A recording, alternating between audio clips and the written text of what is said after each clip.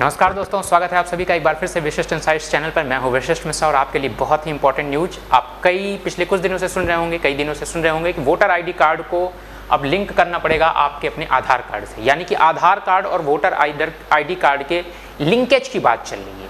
जैसे आपका आधार card pan card से लिंक है या पैन कार्ड आधार कार्ड से लिंक है, आपके बहुत से डॉक्यूमेंट आधार कार्ड से वेरीफाइड है, आधार कार्ड से लिंक है। उसी तरह अब वोटर आईडी कार्ड को भी आधार कार्ड से लिंक करने की बात चल रही है और ये समझ लीजिए कि डिसीजन ले लिया गया है। UIDAI से भारत का चुनाव आयोग बातचीत करेगा कि क्या इसमें टेक्निकल दिक्कत आ सकती है या क्या टेक्निकली पॉसिबल है या कितने समय में ये पूरी प्रक्रिया पूरी की जा सकती है।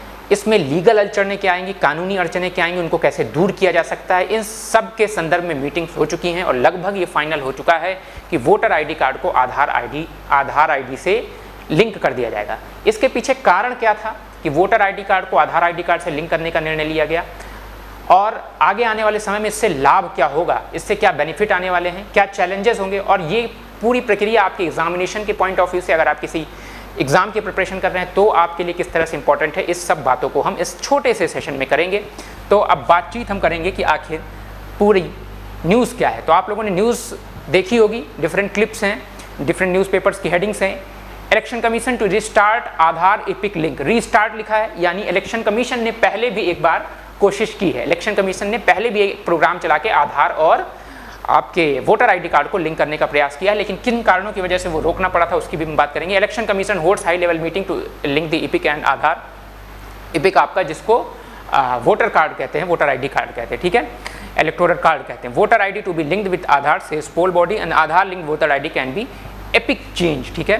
तो इन सब के बारे में हम जानेंगे। देखिए ये न्यूज़ थी, decision was taken after a high level meeting the full commission मतलब चीफ इलेक्शन कमीशन और इलेक्शन कमिश्नर्स उस मीटिंग में थे, led by chief election commission. कौन है चीफ इलेक्शन कमीशन इस समय? Gyanesh Kumar ji. Head with union home secretary भी थे उसमें, गोविंद मोहन जी। सेक्रेटरी हैं MEITY के, ministry of electronics and information technology के भी सेक्रेटरी थी, S कृष्णन। CEO हैं UIDAI की, ये जो संस्था है, ये जो अथॉरिटी है, ये जो प्राधिकरण है, ये किसका है? आधार से संबंधित, भुवनेश कुमार जी थे। Senior officer legislative department and technical expert of election commission. Official statement ये कहता है कि ये सारे अधिकारीगण लगभग जो आप कह सकते हो कि जो कंसर्न डिपार्टमेंट है, जो कंसर्न मिनिस्ट्रीज हैं, उनके साथ के अधिकारीगण इस मीटिंग में मौजूद थे, ठीक है, जिसमें ये निर्णय लिया गया।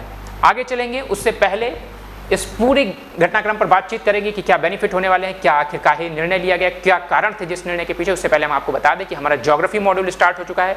ये मॉड्यूल ना केवल UPSC CSC के प्रीलिम्स एग्जामिनेशन के लिए बल्कि मेंस एग्जामिनेशन के लिए बराबर उपयोगी, यानी आपका प्रीलिम्स और मेंस दोनों को कवर करता है ये ज्योग्राफी मॉड्यूल। ये केवल UPSC के लिए नहीं, आपके स्टेट PCS के एग्जामिनेशंस के लिए बहुत इंपॉर्टेंट है। UP PCS, Bihar PCS, Madhya Pradesh PCS, Rajasthan PCS, चाहे उसका प्रीलिम्स हो चाहे उसका मेंस हो, बहुत ही शानदार तरीके से यहाँ ज्योग्राफी आपकी कवर कराई जा रही है। रिकॉर्डेड क्लास है, वीडियोज़ ऑन डिमांड है, ये कि आपके पास रिकॉर्डेड क्लास अवेलेबल हैं। हालांकि अभी ये लाइव चल रही हैं, अभी इसमें कुछ 4-5 लेक्चर हुए हैं, अभी बहुत दिन नहीं हुआ इस लेक्चर्स को स्टार्ट हुए, तो अभी भी आप इसमें रजिस्टर कर सकते हैं। अभी ऑफर प्राइस ये 470 रुपये का है। ये 400, इसका ओरिजिनल मूल्य भैया 1599 रुपये का है, और जो कि होना भी चाहिए क्योंकि प्रीलिम्स मेंस दोनों को कवर कर रहा है। कंप्लीट ज्योग्राफी प्रैक्टिस क्वेश्चंस भी कराए जाएंगे इसमें, और इसका ओरिजिनल मूल्य 1599। लेकिन अभी कुछ समय के लिए स्टार्ट में ये आपको लॉन्चिंग ऑफर रखा गया है जिसमें मात्र 470 रुपये में ये बैच आप अवेल कर सकते हैं। मेरी वेबसाइट पर जाइए www.vishistinsights, आप स्पेलिंग सही लिखेंगे तो सीधे पहुंचेंगे मेरी वेबसाइट पर vishistinsights.in। वहाँ पर ये फ्लैश कर रहा होगा ये कोर्स,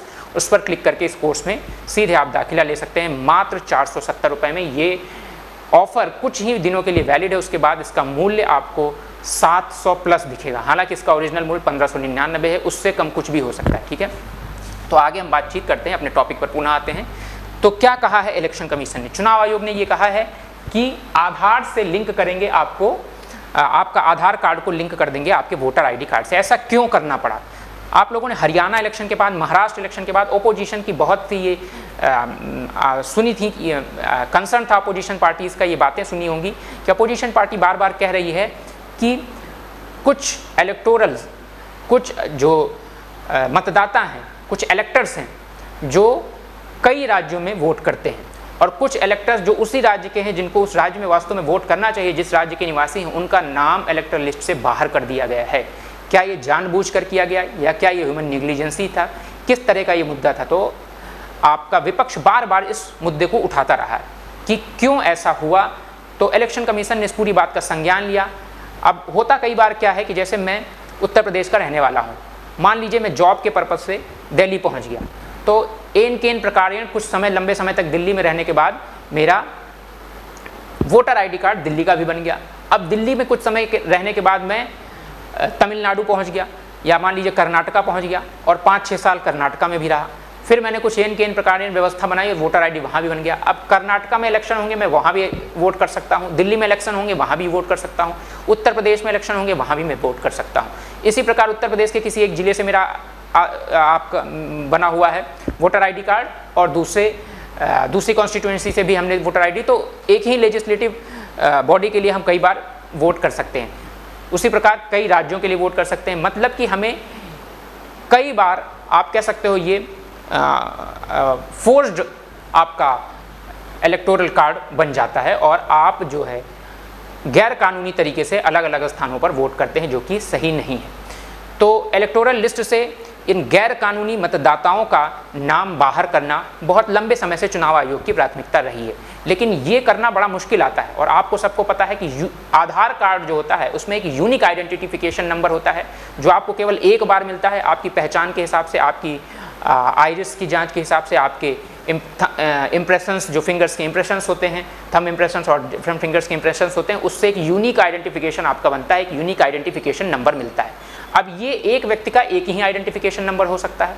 अब जब यूनिक आइडेंटिफिकेशन नंबर आपको आधार कार्ड बन गया तो अब एक व्यक्ति का एक आधार कार्ड और उस व्यक्ति की एक ही इलेक्टोरल आईडी बनेगी। आपने एक जगह से इलेक्टोरल एज अ इलेक्टर आप अपने आप को चिन्हित करा दिया तो आप वहीं से इलेक्टर रहेंगे। आप दूसरी जगह जैसे बनवाने चलेंगे आपको सिस्टम जनरेटेड तुरंत ही बता दिया जाएगा कि आपका पहले से इलेक्टोरल कार्ड, एपिक कार्ड बना हुआ है इस लेजिस्लेटिव बॉडी, इस लेजिस्लेटिव कॉन्स्टिट्यूएंसी में आपका पहले से वोटर आईडी कार्ड बना हुआ है। तो अब जब लिंक हो जाएगा आधार कार्ड से तो आप एक ही वोटर आईडी कार्ड रख पाएंगे। लेकिन इसका मतलब क्या कि जिन लोगों के पास आधार कार्ड नहीं है, क्या वो वोट, उनको जो मतदान करने का अधिकार प्राप्त है वो अधिकार छीन जाएगा उनका? ऐसा बिल्कुल भी नहीं है, क्योंकि इलेक्शन कमीशन ने कहा है कि आर्टिकल 326 के हिसाब से ये हम करेंगे। यानी कि आर्टिकल 326 क्या कहता है, ध्यान रखिएगा, अगर आप किसी एग्जाम की तैयारी कर रहे हैं तो आर्टिकल 326 आपसे पूछा जा सकता है। आर्टिकल 326 भारत के प्रत्येक नागरिक को जिनकी उम्र 18 वर्ष से अधिक है उनको वोट डालने का अधिकार देता है। ये एक कानूनी अधिकार है, लीगल राइट है आपका, ठीक है, लीगल कॉन्स्टिट्यूशनल राइट है आपका, जो आपके कॉन्स्टिट्यूशन के आर्टिकल 326 के द्वारा आपको प्रदान किया गया है, ठीक है। तो इलेक्शन कमीशन ने इस बात को भी साफ किया है कि ऐसा नहीं कि अगर आपके पास आधार कार्ड नहीं है, यूनिक आइडेंटिफिकेशन नंबर नहीं है तो आप मतदान करने के पात्र नहीं होंगे, उसके लिए भी व्यवस्था की जाएगी कुछ, ठीक है। लेकिन ये आपको आधार कार्ड को वोटर आईडी कार्ड से लिंक करा लेंगे तो आपके लिए आसानी हो जाएगी वोटिंग करने में, और आपके नाम पर कहीं दूसरी जगह पे वोट नहीं पड़ सकता है, या आपके नाम पे कहीं दूसरी जगह पे कोई वोटर आईडी कार्ड नहीं बनवा सकता है, या आप स्वयं भी किसी दूसरी जगह पर वोटर आईडी कार्ड नहीं बनवा सकते हैं। जहाँ के हैं, जिस स्थान पर आपने वोटर आईडी कार्ड बनवा ली है वहाँ कर सकते हैं। और अगर आप किसी स्थान से दूसरे स्थान पर चले जाते हैं रहने, अपना स्थान परिवर्तित कर देते हैं, तो आपका वोटर आईडी कार्ड उस स्थान पर कैंसिल करके जिस नए स्थान पर रहने गए हैं वहाँ के लिए बना दिया जाएगा। यानी एक समय में एक ही वोटर आईडी कार्ड के लिए आप एलिजिबल होंगे। लेकिन आर्टिकल 326 के अंतर्गत की हर भारतीय नागरिक को मतदान करने का अधिकार है जिसकी उम्र 18 वर्ष से अधिक है। तो दो चीज़ें इसमें आती हैं, क्या आधार कार्ड केवल भारतीय नागरिकों का बनता है? क्या आधार कार्ड नागरिकता की पहचान होती है? बिल्कुल नहीं, आधार कार्ड नागरिकता की पहचान नहीं होती। क्या हम आधार से लिंक कर देंगे इसका मतलब ये हो जाएगा कि आर्टिकल 326 के अंतर्गत आप भारतीय नागरिक हो गए, वोट देने के अधिकारी हो गए? ऐसा बिल्कुल नहीं है। इसीलिए इलेक्शन कमीशन ने इस बात पर जोर दिया है कि हम आर्टिकल 326 के अनुसार ही इस काम को करेंगे। तो ध्यान रखना है, आधार कार्ड आपके पास है तो इसका होने का ये मतलब नहीं कि आप वोट देने के अधिकारी हैं। आपकी उम्र 18 वर्ष से कम है तब भी वोट देने के अधिकारी हैं? जी बिल्कुल, कतई नहीं। आप भारतीय नागरिक नहीं हैं और किसी तरह से आपने आधार कार्ड बनवाया है तो इसका भी मतलब नहीं होगा कि आप वोट देने के अधिकारी नहीं। आपको जो वोट देने की एलिजिबिलिटी कंडीशन है भारत का नागरिक और 18 वर्ष, वो बनी रहेगी और आपको बस अपने आधार को वोटर आईडी से लिंक कराना होगा। इसके अलावा एक और टेक्निकल ग्लिच है इसमें कि सुप्रीम कोर्ट का एक जजमेंट था कि आधार कार्ड का कहां पर यूज किया जा सकता है। सुप्रीम कोर्ट ने अपने जजमेंट में कहा है कि आधार कार्ड का यूज मैंडेटरीली, आवश्यक रूप से केवल उन्हीं स्थान पर किया जा सकता है जहां सरकार वेलफेयर सर्विसेज प्रोवाइड कर रही हो, जन सामान्य के लिए, जन सामान्य के लाभ के लिए, जन सामान्य के विकास के लिए, जन सामान्य के आप कह सकते हो प्रगति के लिए कोई वेलफेयर स्कीम चल रही है।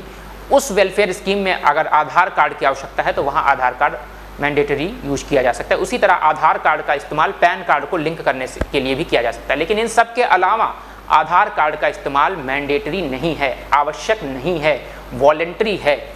मतलब कि आपको फोर्स नहीं किया जा सकता अपने आधार कार्ड को दिखाने के लिए, अपने आधार कार्ड को किसी भी सर्विस प्राप्त करने के लिए कि आपके पास आधार कार्ड होगा तभी आपको ये सेवा मिलेगी, इसके लिए आपको बाध्य नहीं किया जा सकता। ये सुप्रीम कोर्ट का एक डिसीजन है।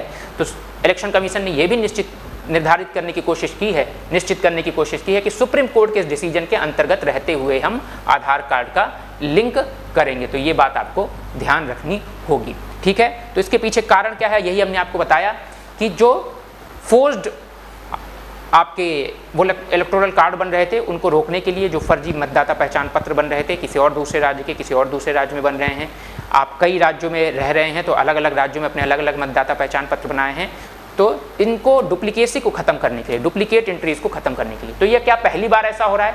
जी नहीं, ऐसा एक बार पहले भी इलेक्शन कमीशन ने करने की कोशिश की है। तो इलेक्शन कमीशन ने आपको बता दें 2023 में ऐसा करने की कोशिश, 2015 में ऐसा करने की कोशिश की थी, माफ़ कीजिएगा 2015 में, फरवरी 2015 में। उस प्रोग्राम का नाम था National Electoral Rolls Purification and Authentication Programme, जिसमें लगभग 300 it had linked more than 300 million voters in a span of 3 month. 3 महीने के अंदर ही 300 मिलियन वोटर्स के आधार कार्ड को या उनके इलेक्टोरल कार्ड को आधार कार्ड से लिंक कर दिया गया था। यानी आधार कार्ड और इलेक्टोरल कार्ड, आधार कार्ड और वोटर कार्ड आपस में लिंक कर दिए गए थे। 2015 में एक बार पहले भी ये हो चुका है, लेकिन सुप्रीम कोर्ट का बीच में एक डिसीजन आता है और कुछ टेक्निकल ग्लिचेस होते हैं, कुछ कानूनी समस्याएं होती हैं, उसकी वजह से ये प्रोग्राम सरकार को रोक देना पड़ता है। क्या कारण है? तृणमूल कांग्रेस पार्टी लगातार ये आरोप लगाते रहे सरकार पर भी, इलेक्शन कमीशन पर भी, कि कहीं ना कहीं सरकार और इलेक्शन कमीशन की मिली भगत की वजह से कुछ योग्य मतदाताओं के नाम इलेक्टोरल शीट से बाहर कर दिए गए हैं जानबूझकर। हालांकि इस बात में कितनी सच्चाई है इसकी मैं पुष्टि नहीं करता, लेकिन ऐसे आरोप लगे हैं। तो इलेक्शन कमीशन ने इन आरोपों को ध्यान रखते हुए ये बड़ा निर्णय लिया है। तो निश्चित रूप से मुझे लगता है आपको ये पूरा सेशन पसंद आया होगा। इसी तरह की और भी जानकारी प्राप्त करने के लिए अगर आप चैनल पर नए हैं तो चैनल को सब्सक्राइब कर लीजिए, चैनल से जुड़ जाइए और हम आपके लिए जानकारियों से जुड़ा हुआ नया सेशन लाते रहेंगे। और अगर आप किसी स्टेट पीसीएस या यूपीएससी सिविल सर्विसेज एग्जामिनेशन की तैयारी कर रहे हैं तो निश्चित रूप से हम आपको सफलता के उस शिखर तक पहुँचाएंगे अगर आप डिफरेंट कोर्सेज से हमारे जुड़ जाएंगे तो। और आपको अगर हमारे कोर्सेज से जुड़ना है तो आपको www.vishistinsights.in vishistinsights.in वेबसाइट पर जाना होगा। वहाँ डिफरेंट अलग अलग मॉड्यूल वाइज कोर्स बनाए गए हैं, उन कोर्सेज को लेकर आप अपनी तैयारी को एक नई उड़ान दे सकते हैं। बहुत बहुत धन्यवाद। Thank you so much to all of you. Have a nice day.